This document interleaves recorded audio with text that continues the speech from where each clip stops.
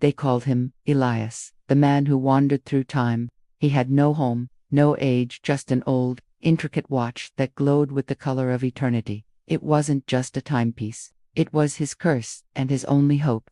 Every time its hand struck midnight, the world around him would dissolve and reform. Years, centuries, even millennia would pass in the blink of an eye. He was a ghost, drifting on the currents of history, a solitary witness to the rise and fall of empires.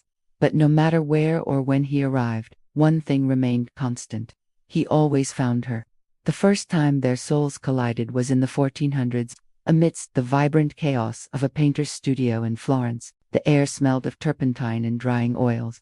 She was a muse named Amara, her laughter brighter and more captivating than the sunlight streaming through the stained glass windows. Her presence filled the room with a warmth that Elias hadn't felt in ages. He was just a stranger who had stumbled into the studio, but she looked at him with a curiosity that felt like recognition. For a fleeting afternoon, he stayed, sharing stories of places she'd never heard of. He promised he'd return, a promise he knew was a lie the moment he said it. As the sun set and the clock tower in the piazza began to chime, he felt the familiar pull.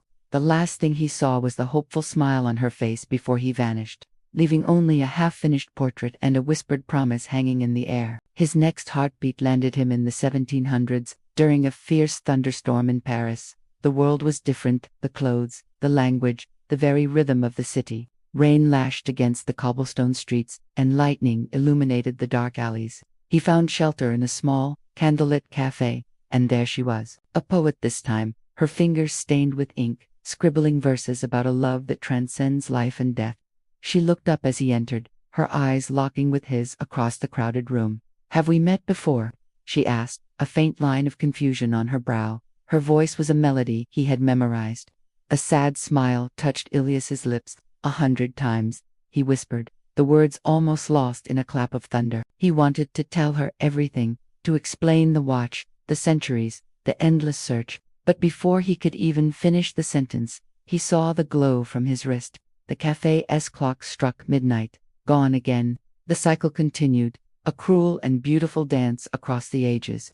In the 1940s, during the grim backdrop of war, she was a nurse. He saw her tending to wounded soldiers, her face a beacon of compassion in a world filled with despair. She handed him a cup of water, her hand brushing his for a fraction of a second. And in that touch, he felt the same spark, the same undeniable connection. He was a soldier passing through, gone by morning. In 2025, she was a brilliant scientist, ironically studying the very nature of time itself. He attended one of her lectures, a face in the crowd, listening to her explain theories that were his reality. She paused mid-sentence, her gaze sweeping over the audience until it found him. A moment of inexplicable hesitation before she continued. Each lifetime, she didn't remember him, not consciously, but her soul always did. It was in the way she would smile at him, a stranger, the way she would pause, as if trying to place a forgotten memory, the way her heartbeat seemed to sync with his whenever he drew near. Elias lived for these moments, brief, brilliant sparks, in the cold, vast expanse of eternity. They were the fuel that kept him going, the proof that his lonely journey had a purpose.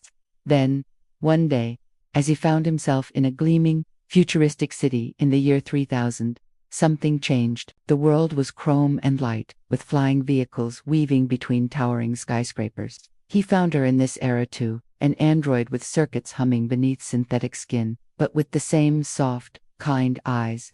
The moment she saw him, she broke from her programming. "Elias," she said, her voice a perfect digital recreation of the one he knew. She called him by name before he could even speak. It was then he felt a tremor in his hand. He looked down at the watch. A thin, hairline crack had appeared on its crystal face. The eternal glow began to dim, its steady pulse faltering. A cold dread, mixed with a strange sense of finality, washed over him. The watch, his timeless prison, was breaking. He realized with a stunning clarity that he had one last jump left, one final chance. He didn't know where he would end up. He didn't know if he would even find her. He closed his eyes, clutching the dying watch, and surrendered to its final pull. When midnight struck, it wasn't a violent shift like the others.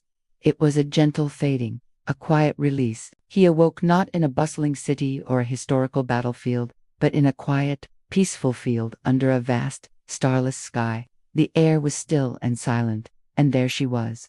Not a muse, not a poet, not a nurse, not reborn, not reincarnated. Just her, standing a few feet away, waiting.